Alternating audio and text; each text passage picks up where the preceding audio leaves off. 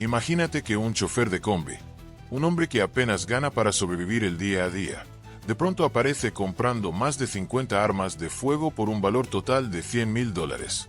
Suena absurdo, suena inventado, pero no lo es. Esa fue una de las pistas que destapó una de las redes de tráfico de armamento más elaboradas que haya operado desde territorio peruano. Y lo que encontraron los investigadores detrás de esa compra conecta directamente con uno de los crímenes políticos que sacudió a toda Latinoamérica. Esto no es una historia cualquiera de decomiso. Esto es la caída de un imperio clandestino que armaba a las organizaciones criminales más peligrosas de la región, y lo hacía con total impunidad, disfrazado de legalidad. Quédate, porque lo que vas a escuchar te va a dejar sin palabras. Si te gusta este tipo de contenido, suscríbete a Reporte Policial y activa la campana para no perderte nada. Todo comenzó en el año 2022, cuando la Fiscalía Especializada contra la Criminalidad Organizada y la División de Investigaciones de Alta Complejidad, conocida como DIVIAC, empezaron a notar un patrón inquietante.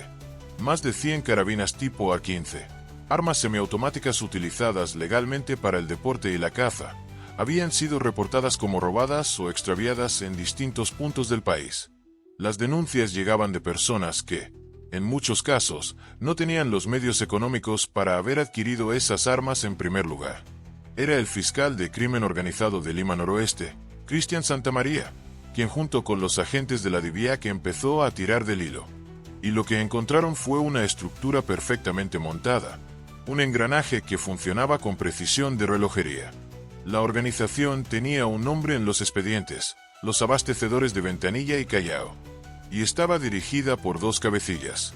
El primero, Jorge Humberto Lamela Villanueva, conocido como Lamela, el financista de toda la operación.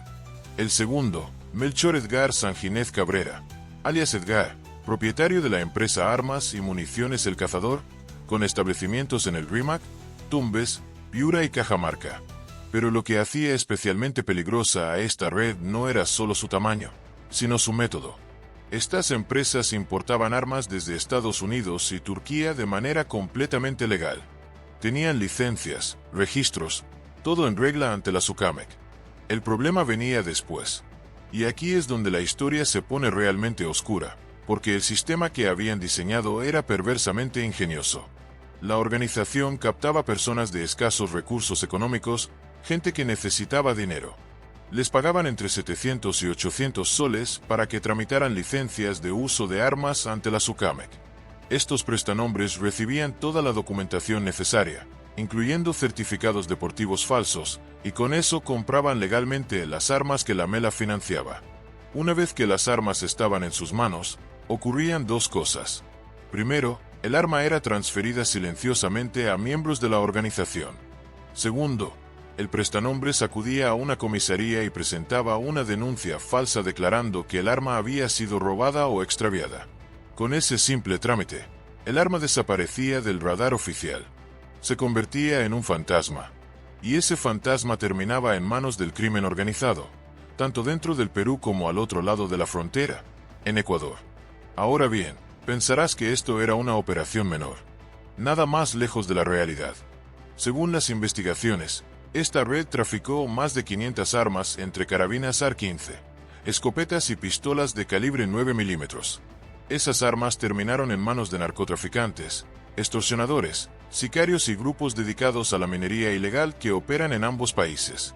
Y el caso que puso los reflectores sobre esta red tiene dimensiones internacionales que estremecen.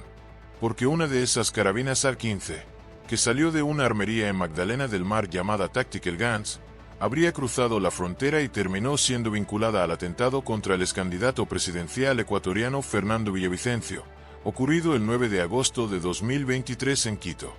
Un político que había prometido luchar contra el crimen organizado fue acribillado. Y el armamento que utilizaron los sicarios tenía raíces en el Perú. Suscríbete si te está gustando el vídeo, porque lo que viene es todavía más revelador. El fiscal coordinador contra el crimen organizado, Jorge Chávez Cotrina, confirmó que la información proporcionada por las autoridades ecuatorianas señalaba que al menos 50 armas provenientes de esta organización criminal peruana habían cruzado ilegalmente hacia Ecuador, y que una de ellas habría sido utilizada en el atentado contra Villavicencio. El intercambio de información entre ambos países fue clave para conectar los puntos. En la armería de Magdalena del Mar se encontraron comprobantes que documentaban la venta de 17 armas, de las cuales 5 presuntamente fueron derivadas hacia territorio ecuatoriano. También llamó la atención el caso de Algemiro Sobrado Meza, un chofer de transporte público que figuraba como comprador de más de 50 armas a un precio de $2.500 cada una. $100.000 invertidos en armamento por un hombre que no podía justificar esos ingresos. Y lo más llamativo fue que en marzo de 2023, este mismo individuo denunció la pérdida de una gran cantidad de esas armas, alegando que un huaico había arrastrado su vehículo y se las había llevado. Una versión que las autoridades consideraron completamente inverosímil. Ante la magnitud de la evidencia recopilada, se preparó uno de los operativos más grandes en la historia reciente de la lucha contra el crimen organizado en el Perú. La madrugada del 13 de marzo de 2024, cerca de 700 efectivos de la Policía Nacional del Perú, acompañados por 60 fiscales especializados en criminalidad organizada, personal de la SUCAMEC, un dato que no puede pasar desapercibido, agentes de la Oficina de Investigaciones del Departamento de Seguridad Nacional de Estados Unidos, conocida como HSI, ejecutaron un megaoperativo simultáneo en 4 regiones del país. Lima, Piura, Tumbes y Cajamarca fueron escenario de allanamientos y desterrajes coordinados al mismo tiempo. La presencia de agentes estadounidenses no era casual. La HSI investiga el movimiento ilícito de bienes a nivel internacional, y las armas que esta red importaba provenían precisamente de Estados Unidos. El resultado del operativo fue contundente. 18 personas fueron detenidas, entre ellas los 2 cabecillas, Lamela y Edgar. Se allanaron 28 inmuebles en las 4 regiones. Se incautaron 247 armas de fuego, incluyendo 18 escopetas, 16 armas de puño y 120.000 municiones solo en Piura. Además de documentación, computadoras, dispositivos de almacenamiento, dinero en efectivo y teléfonos celulares que ahora están en poder de los investigadores. 3 armerías en Lima fueron intervenidas directamente. Armas y municiones Cazador en el RIMAC, Corporación Cazarón en Breña y Tactical Guns en Magdalena del Mar.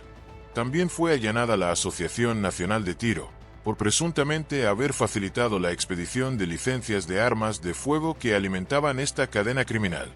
El juez del caso dictó 15 días de detención preliminar para todos los involucrados, tiempo en el cual la Fiscalía debía presentar los elementos de convicción suficientes para solicitar prisión preventiva. Este caso deja al descubierto una realidad que las autoridades han señalado con preocupación. La legislación peruana permite la compra de armas de fuego de manera casi ilimitada, y las sanciones por reportar falsamente una pérdida o robo son prácticamente inexistentes. El propio fiscal Chávez Cotrina lo dijo con claridad: la norma necesita ser modificada. Porque mientras existan estos vacíos legales, las organizaciones criminales seguirán aprovechándolos para alimentar un mercado negro que no reconoce fronteras. Ecuador atraviesa una de las crisis de seguridad más graves de su historia, con organizaciones disputándose el control del territorio con armamento que, en muchos casos, proviene del otro lado de la frontera. Y este operativo demostró que esa conexión no es una sospecha, sino una realidad documentada. La cooperación entre Perú, Ecuador y Estados Unidos envía un mensaje claro. No importa cuántas empresas de fachada levanten ni cuántos prestanombres recluten. Las investigaciones de largo aliento terminan cerrando el cerco. Y cuando ese cerco se cierra, como ocurrió aquella madrugada de marzo, no hay escapatoria. Si te gustó este video, suscríbete a Reporte Policial, dale me gusta y activa la campana de notificaciones para seguir recibiendo la información más detallada sobre los operativos que combaten el crimen organizado en nuestro país. Tu apoyo nos permite seguir trayéndote estos reportajes. Nos vemos en el próximo video.